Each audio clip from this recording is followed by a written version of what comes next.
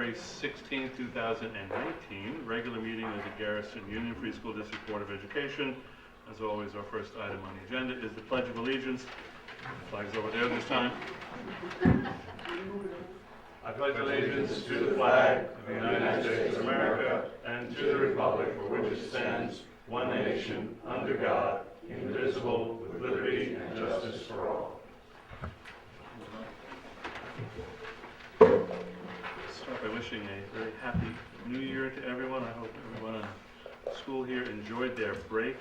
And now to get back down to business, our first item is, as always, Laura's superintendent's report. Hello, Garrison. Nice to see you all. Welcome and Happy New Year. I have a couple of reminders and shout-outs that I wanted to share with everybody. Just reminders around the calendar. We have board meetings on January 24th, which is a Thursday, and it's going to be at O'Neill High School. It's a joint board meeting. We've been doing that for the past 2 years, just to go over there. We invite all parents and community members along with their children, because eventually you'll be making some high school choices, whether your child is in 1st grade or 8th grade and anywhere in between. Please join us. You'll see some of our students, our alumni. They'll talk about their successes and the programs that they're involved in, and also you'll meet their staff, superintendent, and board members. And then on Tuesday, February 5th, we're going to go over to Haldane and have a joint board meeting there too. So please come out. I sent out a reminder via our alert system, and I'll just keep reminding you with the hope that I will see you there. And then on Wednesday, we have our traditional board meeting. It's February 13th at 7 o'clock. Just a shout out or a high five to our 8th grader, Mateo Cervone. He scored 51 points in a 62-30 victory over Haldane on January 3rd. Go Mateo and the Garrison basketball team, boys basketball team. Family and Consumer Science class that is being run by Jean Kuhn. She's also our speech teacher. She's running her Career of the Month for 8th graders. And we've had some great guests this month so far. We've had Al Hemberger, musical engineer, Carol O'Reilly talking about fashion industry. We've had our own board member, David Gelber, journalist and producer. And today we had Madeline Donito, who spoke about organization, the power of organization at home and professionally. PTA has another round of enrichment programs for the winter, and they have started. They just keep getting better and better every season. We have programs such as in Forest Friday, Theater Club, tennis, chess, STEAM inventors, yoga, printmaking at the Garrison Art Center, public action at the Desmond Fish Library, knitting and mad science secret agent lab, and more. So our buses are able to bring students. This is new last fall, that we're able to bring the students to the Desmond Fish Library as well as the Art Center. And then also on that same vein is that on Mondays and Tuesdays and Thursdays and Fridays, we're able to take students who sign up through the dismissal manager, the school dismissal manager program. We can take up to 10 students to go to the Desmond Fish Library if they want to go take a book out and work together on projects or read. And then lastly, Alex and I had the pleasure of attending Haldane's National Honor Society. And each new member got up, shared a quote that was meaningful and meant something to them. They lit a candle, stood in the back all together as a group, along with the members who were already existing. It was just a very proud moment. The whole Garrison community district is very proud of this accomplishment. It was nice to be there and experience it. And it's just nice to know that our students are doing so well in their high schools. So, congratulations to everybody here, because we've all been a part of their journey. So. That's it. That's it. Questions for Laura? If not, Alex, principal's report. Good evening, everyone. Welcome back. Happy New Year. So just a few things that I may go in tandem with Laura. So we did have our tour of the Haldane campus, which was last week, so they were kind enough to welcome our 8th graders, as was done with O'Neill back in December. So Ms. Sniffen, the high school principal, as well as Dr. Benante joined us, said a few words, toured the campus, and the students were at one point literally skipping and frolicking. And I shared that with them because it was just a really wonderful experience. Gave us a good overview of the curriculum, the opportunities that are available to our students there as well, and concluded with a nice lunch, so we appreciate that time. The induction ceremony was absolutely wonderful. We always appreciate it's always wonderful to see our parents throughout the community and also in support of those students, so we appreciate them including us in those wonderful celebrations. PTA enrichment clubs, last Friday in that cold weather, which it will continue once again. So credit to the cars that were loaded up on the Friday and ventured down into the forest. Kids had a wonderful time. So we appreciate that. Again, once again, on that part of the PTA Richmond clubs. Today we actually had some of our state troopers, so it was Trooper Brody as well as Trooper Gavani, I believe I'm pronouncing correctly, joined us with Lexi. Some of your children may have come home. There was actually something to the effect of basically a baseball card almost that had Lexi's stats and biography basically. Kindergarten, first grade, third grade had the opportunity to meet at, of course, we'll go ahead. The middle school was interested as well, but that will be a little bit more developmentally appropriate. Probably have them outside, really see some of the skills that they have worked so hard to train with. So we appreciate their time and them coming in this morning. To the upcoming events, we did mention both the Joint Board of Education meeting with Highland and Fort Montgomery Central School District on the 24th, next Thursday, and then as well at Haldane on the 5th. PBIS celebration, so PBIS stands for Positive Behavioral Interventions and Supports. We've been making announcements. Basically, the best way to explain it is a program that we have a wonderful committee of teachers, teacher aides, that looks to support kids doing the right thing. So we have the portion of things where there may be consequences or accountability or what have you. This is the arm of that that basically would encourage those kids and recognize and commend them in the form of assemblies or celebrations. So this will be our first reintroduction of the 3 Bs. You'll see it on the board as well. Be safe, be respectful, be responsible. We'll introduce it on the 22nd, have a celebration at the end of the week. Parents, families are welcome to join us in that celebration. 8th grade also organized a movie night for next Friday as well. The B movie, very well planned out by them. So that will be at 7 o'clock, a nice fundraiser for them. Circus Week is being coordinated for the following week at the end of January. And just in other good news, just because it first and foremost is about our students, a few highlights. One of our students found a wallet at one of the buses, more than $20 in it without hesitation, handed it right to me. And it's very interesting on social media, the things that these are the things that really draw people's attention. More than anything else. Articles are wonderful and informative, but this is really what we're here for, or who we're here for. And had some of my first graders as well. Were kind enough to have some artwork they donated that is now hanging outside of the main office. I will now run into the problem of where the other artwork that is flooded in over the week, of where that will go. So that's the next challenge. This one. That's the one last thing. Ms. Laura did not necessarily share this in her report. So there were some birthdays celebrated today, one of which Miss Laura celebrated her birthday. With you, I get to celebrate my birthday with all of you. This may be the gift. Happy birthday. So you can see we had one of our many lunch crew. There were students, Mr. Guglieri from BOCES, Nurse Melissa. And we also had 2 of our teachers, our school psychologist, Ms. Van Decker, as well as Ms. Cuchero, all celebrated their birthdays today. And they were given pencils, just for the record as well. So that being said, that's a report from myself. Great. Alex, thank you. Questions, comments for Alex? If not, Thank you. Sue, the numbers. Yes, the numbers, exciting stuff. I have the November and the December treasurer's report. I'll start with the November multi-fund. We started out the month with $1,137,01.02. We had transfers from the investment account of $310 and some state aid coming in of about $31,000, and property taxes lingering into November of $44,000, and we had expenses of about $480,000, ending the month in $1,044,301.13. And on the investment accounts, we started out with $10,183,403.34. Had interest of $6,658.21. Transferred the $310 over to the multi-fund, ending the month at $9,879,962.55. And then for December, we started out obviously with the multi-fund. $1,444,301.13. We had real estate taxes come in. That was from the county, $374. They pay our half taxes up front. We had state aid come in at $119. BOCES aid at just under $25,000. Payroll transfers, and interfund transfers of $360,000 and some other miscellaneous receipts and expenses, ending the month at $1,177,739.33.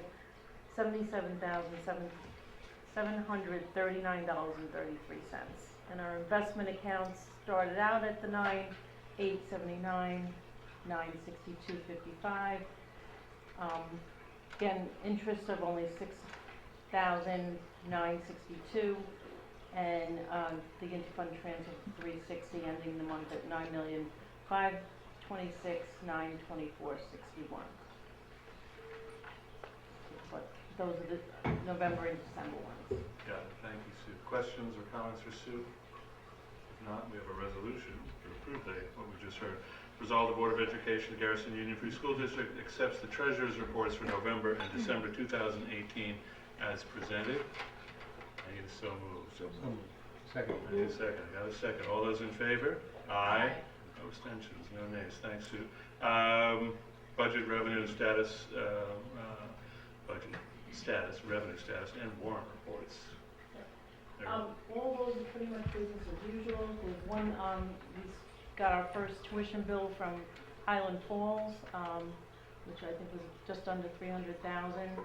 So if you have any questions on anything, I can be happy to answer. Otherwise, I'll explain what the big budget transfer is about. Let's finally skip right to the budget transfer.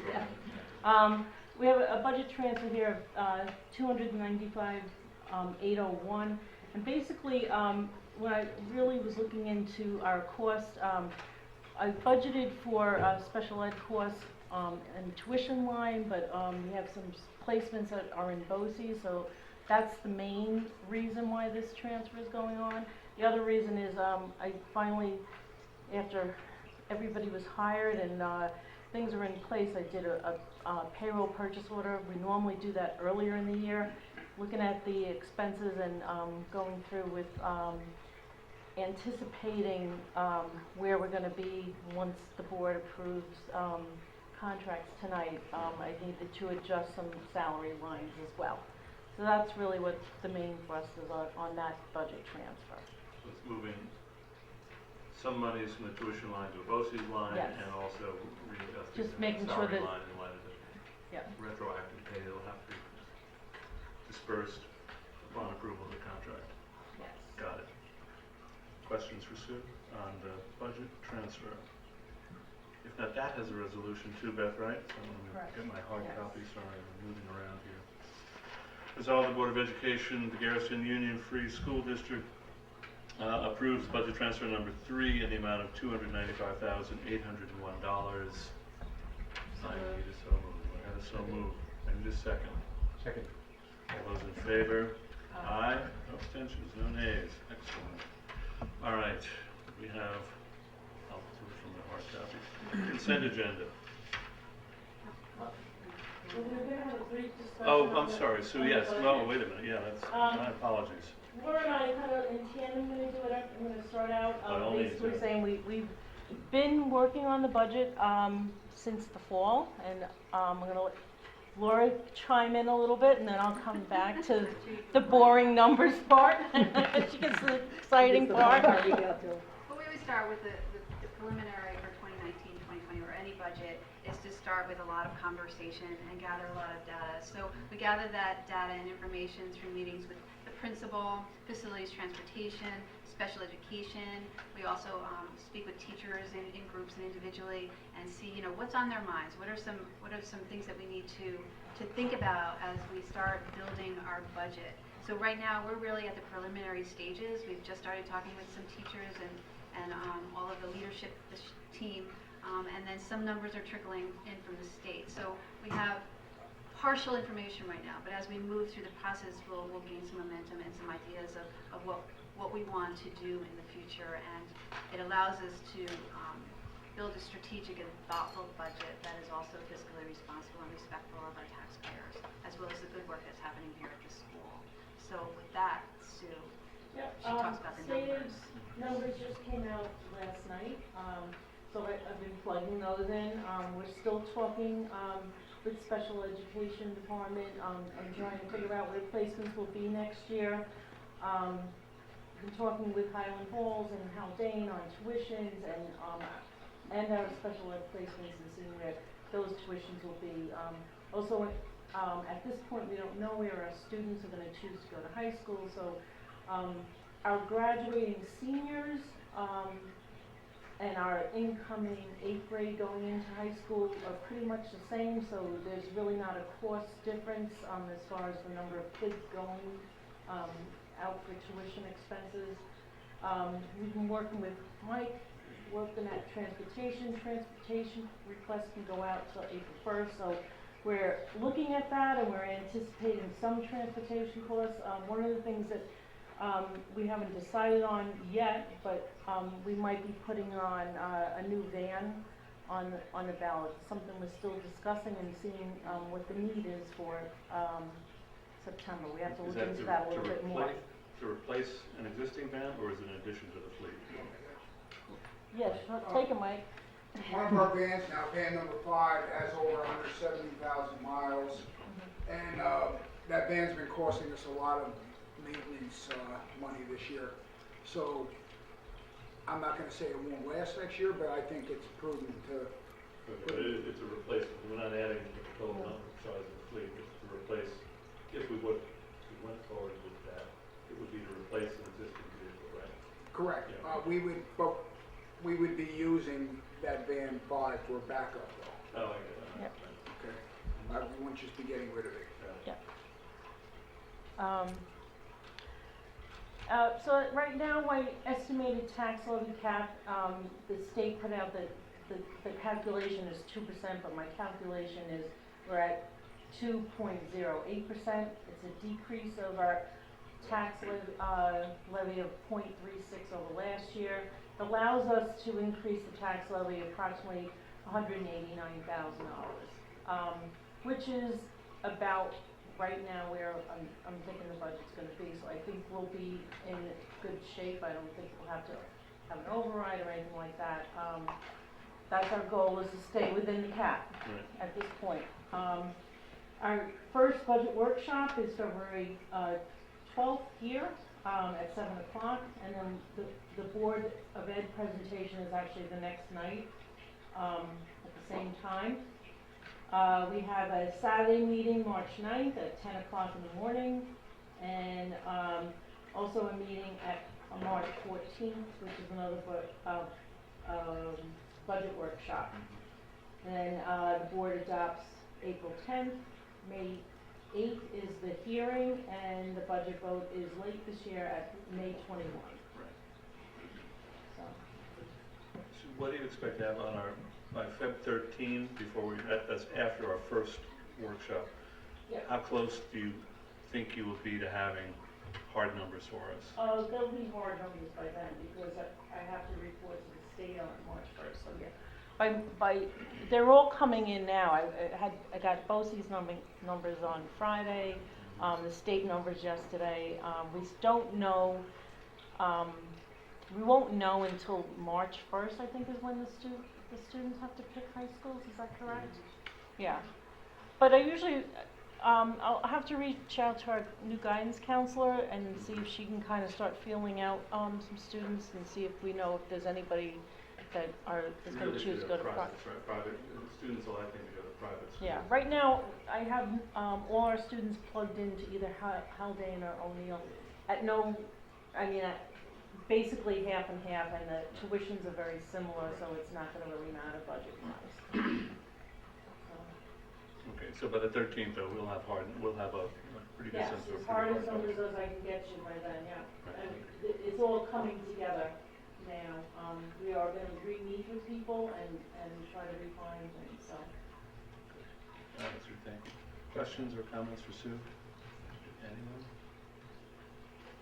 Great, Sue, thank you. Look forward to the 13th. We have a lot? No. Yeah, we have a middling number of consent agenda items I will go through them quickly. Resolve the Board of Education, Garrison Union Free School District presents the consent agenda, items B through I as presented. Item B is accept the minutes of the the December 12th Board of Education meeting. Item C is accept the approve the CSE recommendations. Those are in your package. This is a long one. We have a new English teacher. It's an increase in appointment. Approve the increase in the English teacher position from .56 to .10, full-time equivalent, and approve the 4-year probationary appointment of Jennifer Kirschenheiter to a position of teacher of English and elementary in the English and elementary tenure areas respectively, effective January 7, 2019 through January 6, 2023, provided she continues as a full-time employee working at least 40% of her time in both English and elementary tenure areas. She will accrue seniority in both areas and will be eligible for tenure in both areas effective January 6, 2023. However, time in both areas is not guaranteed, and Ms. Kirschenheiter's annual assignment shall be at the sole discretion of the district. She holds permanent New York State certification in pre-K through 6 and English 7 through 9 extension. The salary for this position will be based on MA Step 4 level of the Garrison Teachers Association salary schedule. Very dramatic. There are, I like to put something into it, otherwise it's very dry. Okay, there are only a few more and they're all much shorter. Item E is approve the appointment of Christopher Hughes as percussion ensemble instructor for the 2018-19 school year under a Garrison Children's Education Fund grant of $1,100 for his services. Item F is approve the appointment of Lauren Johnson as mentor for the 2018-19 school year at a stipend to be determined upon completion of contract negotiations. Item G, approve maternity child care leave for Seville Savim Fortini, math teacher, effective on or about June 3rd, 2019 through January 24, 2020. Item H, approve the contract for health and welfare services with the Ossining Union Free School District for one student at a cost of $879.37 for the 2018-19 school year. A copy of that contract is in your package. And item I, last, is designate May 21, 2019 as a date for the vote on the budget, propositions, and election of board members. The polls will be open from 7 a.m. to 9 p.m. That's the last. I need a so moved. I have a question. I know I'm going to get to that. Oh, sorry. So moved. So moved. Questions? Second. Questions or I'm comments? just curious to know exactly what the mentor does. Laura? Mentor, it's in the contract too, so I can share that with you. But it's nuts and bolts as well as pedagogical support and support in just learning the community itself. So for Lauren and Jennifer, which is our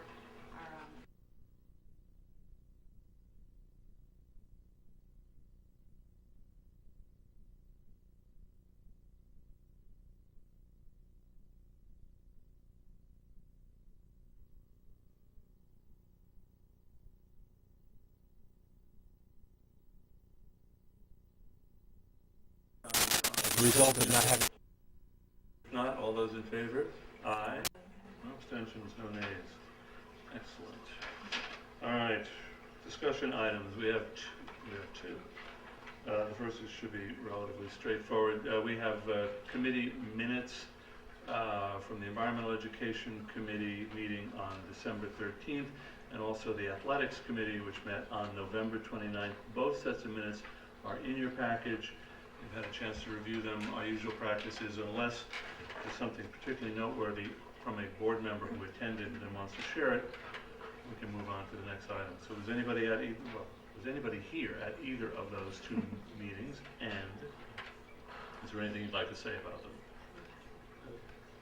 Well, the Athletics Committee, never mind. Rain and snow, but I'll be working from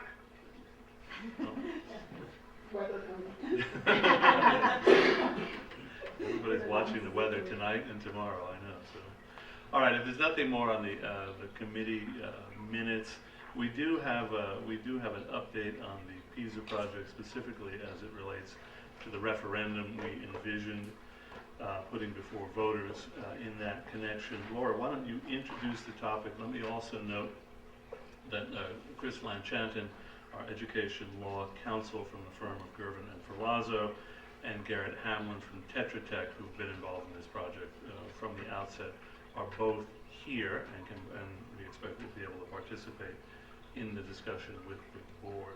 So with that, Laura, why don't you set the stage for us? Yep, and I'm going to just read it so to ensure accuracy and that I'm articulate and making sure that I set a foundation and a framework for the discussion.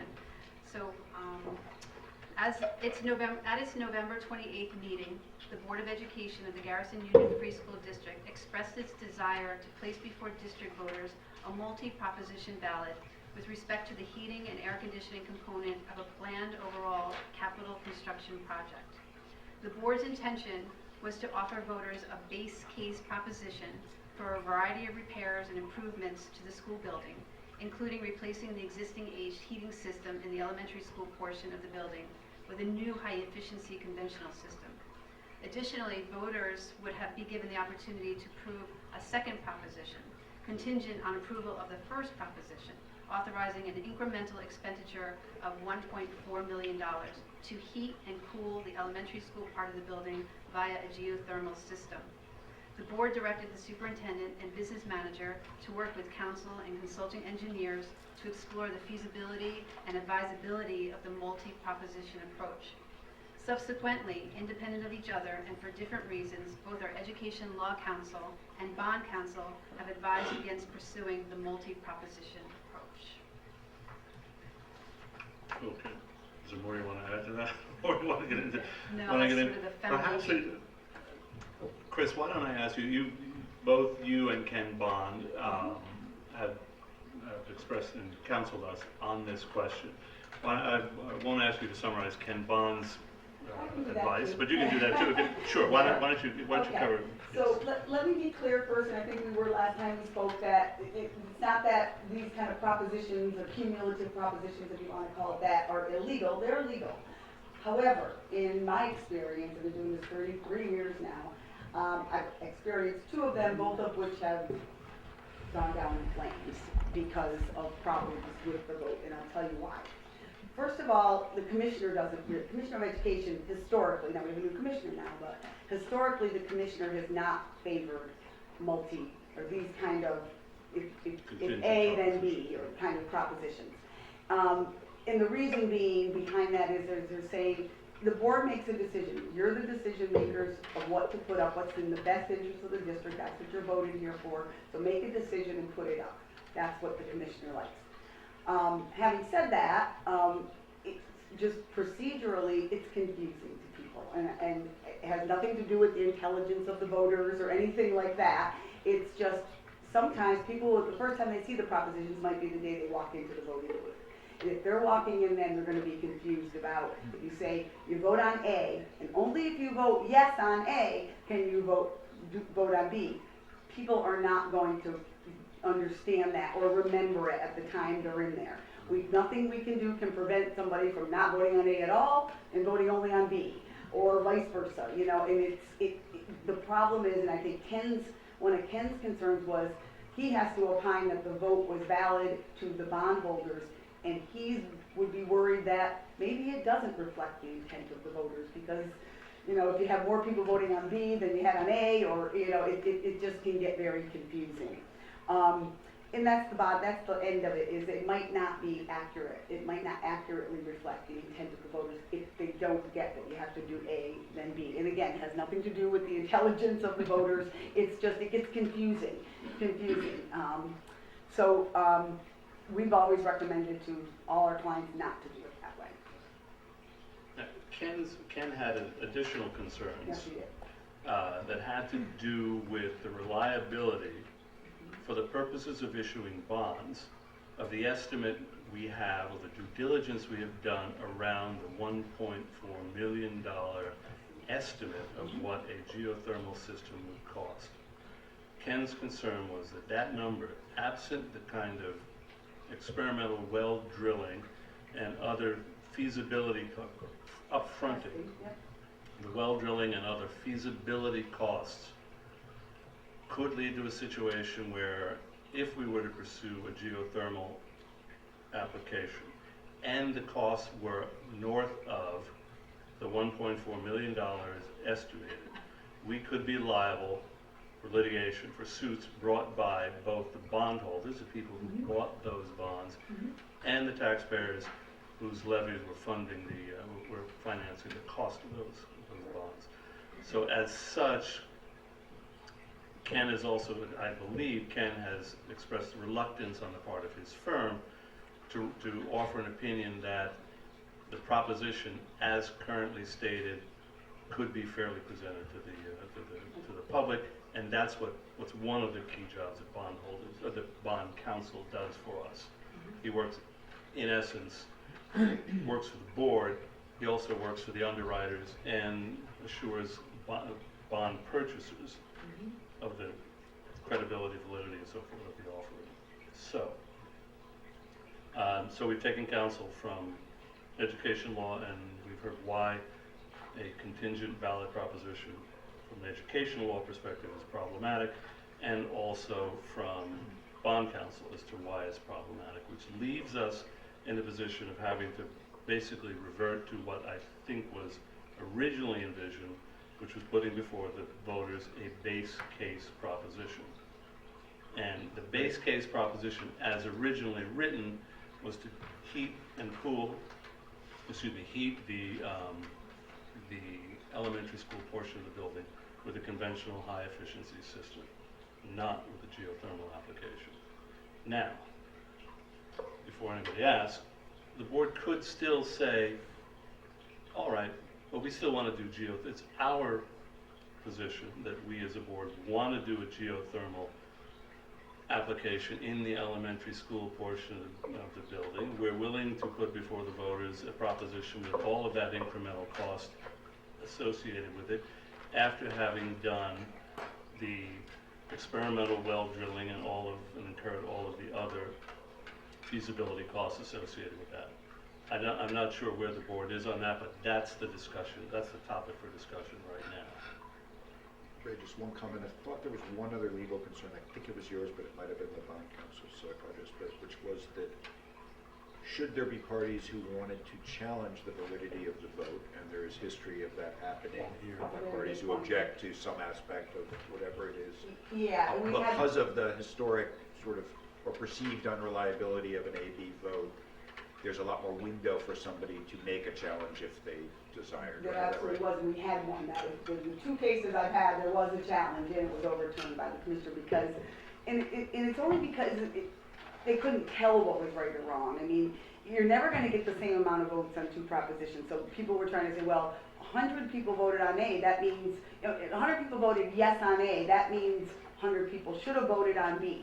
And it was either more people or less people, and it was they were raising the inconsistencies and the irregularities, which is what the commissioner calls them, irregularities of the vote. How could it be? How could more people vote on B than A? And so it was confusing as to was it only a majority of the people that voted on A that needed to vote on B, or the whole community? So I think overall it was just, there wasn't one thing that was wrong, but they were successful by saying there was just too many irregularities in it. I agree. Other comments on this, of where we stand at the moment?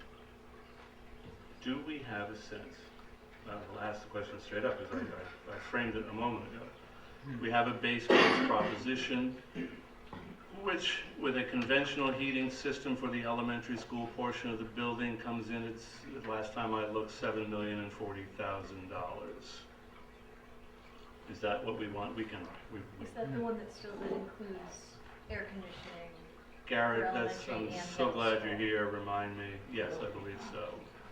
So scenario 2 included air conditioning the elementary school using the unit ventilator system, Right. and then changing out the unit ventilators in the middle school to be able to add air conditioning in the middle school. Right, so that wasn't the 7,040, no, it was more than that, sorry. I So misspoke. the number that we presented in those three scenarios for scenario 2 was $7,577,000. 577, okay. So just to review what we discussed Yeah, before. sure. We concluded, as I recall, that there's no foreseeable way in which we would recoup that by going geothermal, that there was no way to construe that as financially a desirable investment. Like, there was no way to get to a point where we would be better off over the long run. The cost of the operating cost of the geothermal system, along with the cost of financing that's the installation of that system, would make it, would never or would not generate an economic return during the life of the system. Is that a fair statement, Garrett? That's correct. Okay. Going back to something that wasn't stated yet, the facilities committee, of which I'm a part,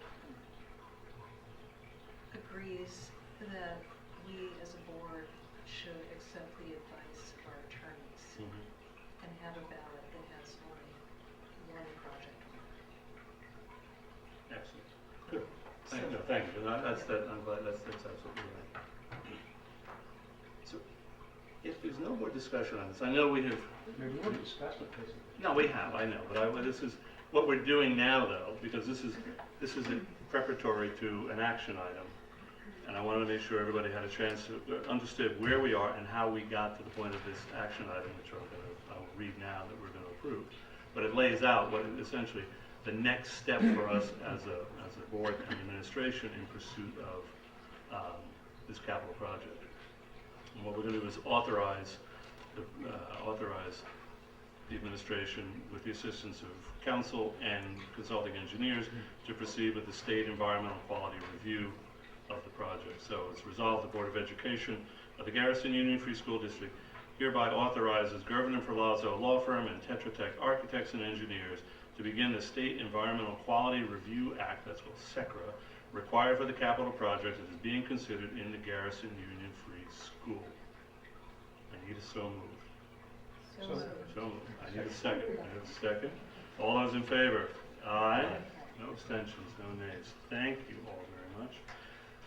It's a long road and a lot of work and a lot of due diligence and a lot of good faith effort to explore this alternative in as many ways as we could. So I appreciate everybody's time, contribution to the discussion, and good faith reflection on what is possible. And now we come to the teacher's contract. I have two more action items. This is the second. Resolve the Board of Education of the Garrison Union Free School District hereby approves the memorandum of agreement by and between the district and the Garrison Teachers Association dated January 9, 2019 for a successor collective bargaining agreement, and authorizes the superintendent to execute the agreement and ratifies and approves the payment of money contained therein. Did I miss something there? Did I hear?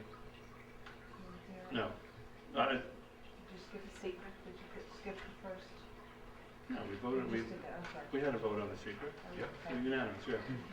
So we're basically approving the contract that Sue and Laura, with the help of Chris, have worked diligently with the Garrison Teachers Association to get to the point of our having to approve it.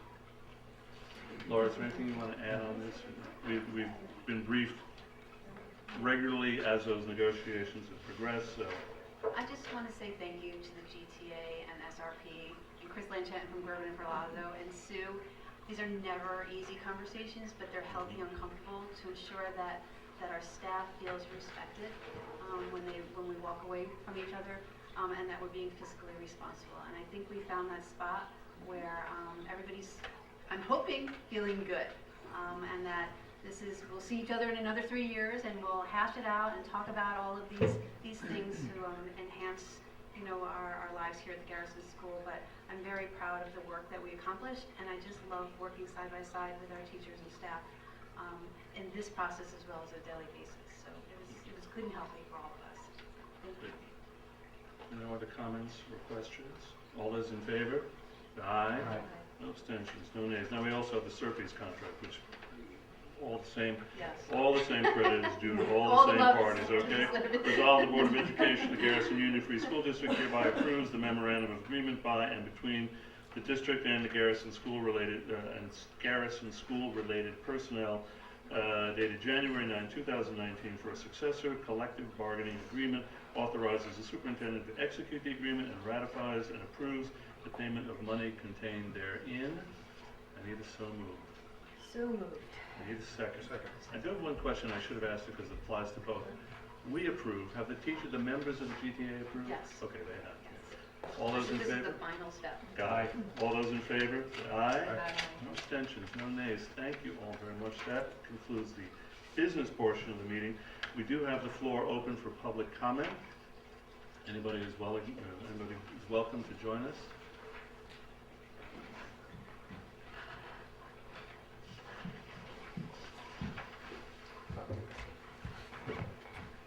Hi, my name is Eleftheria Zavareos. I'm a second grade parent here, and I would like to request of the board that there's another monitor for the second grade class at recess time. My reasoning is that it's not a flat playground. There's rolling hills and nooks and crannies, and it's really large. So if you guys would consider it, thank you. Laura, Alex, you'll obviously take that up. Yep, of course. Thank you. Thank you, Lefty. Any other public comment? Ms. Ford. Crystal Ford. First I would just like to make an announcement. PTA business will have a meeting January 31st at 2 o'clock, so everyone's welcome to attend. We just will be announcing that. And we'll be talking about the science fair, and we're looking for someone who's interested in chairing it for the next year. So if you're interested, science chair, come out to that. So obviously I had a lot of skin in the game when it comes to geothermal, so I'm very crushed.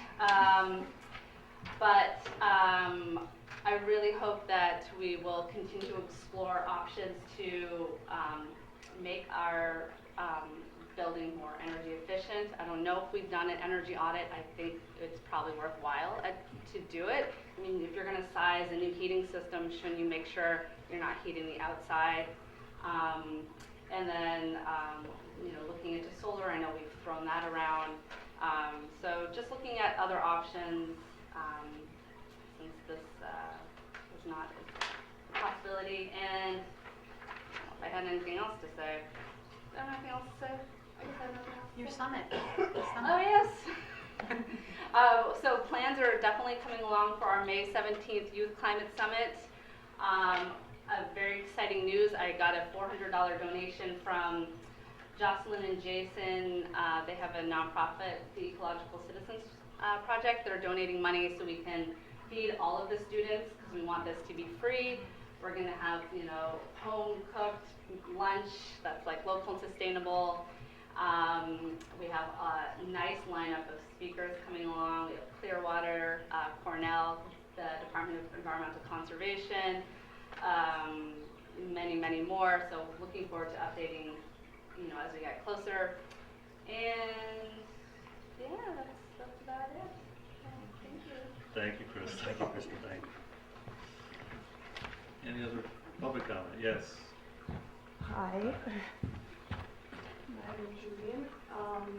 First, I want to thank the board and everyone else, Alex and Laura, for adding the extra aid to the first grade and kindergarten, and for listening for the request the last time. So thank you for that, and I look forward to being part of the budget workshop in the next couple of months. So if you see me around. And on the project, I would recommend that the $7.5 million project estimate be looked at by not only an architect, but a cost estimator or a contractor, someone that's in the field. This is what I do all the time, and we architects can only give an estimate on how much the project's going to cost. So the same way that the 1.4, 1.2 was mentioned for geothermal, and we would be liable if it comes to be more than that, the same thing is going to apply for the 7.5 million project. So usually what we do is try to get a consultant or estimator that would work with the architect, that really understand what's going on right now in terms of the current labor market, and try to get to the cost, a real cost, or reconfirm the cost while the vote is also going on, just to make sure that it doesn't increase and then it'll be too late once we start the project. Thank you.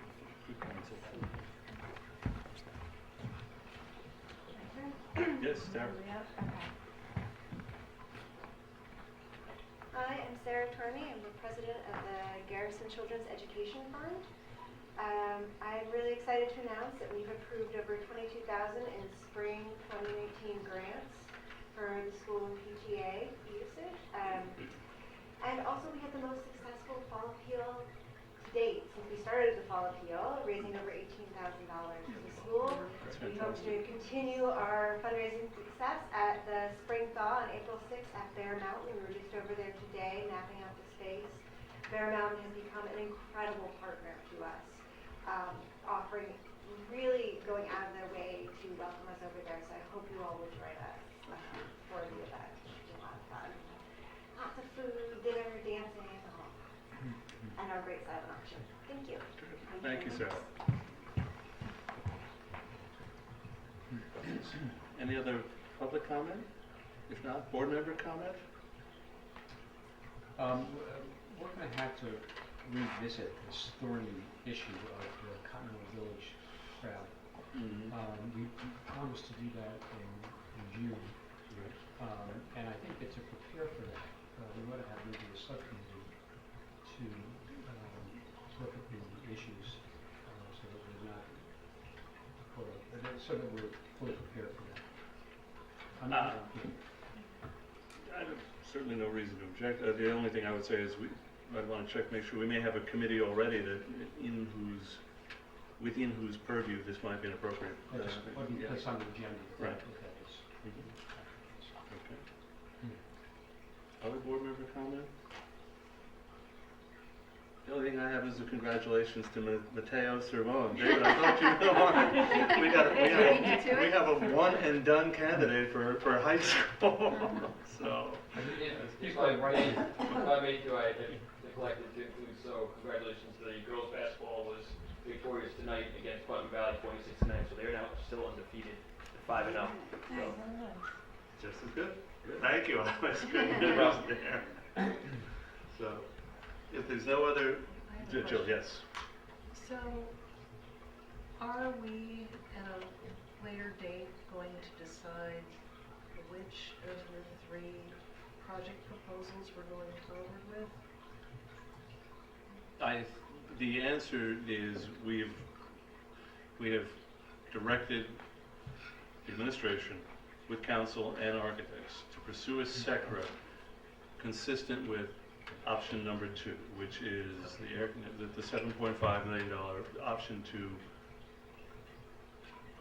option that Garrett described.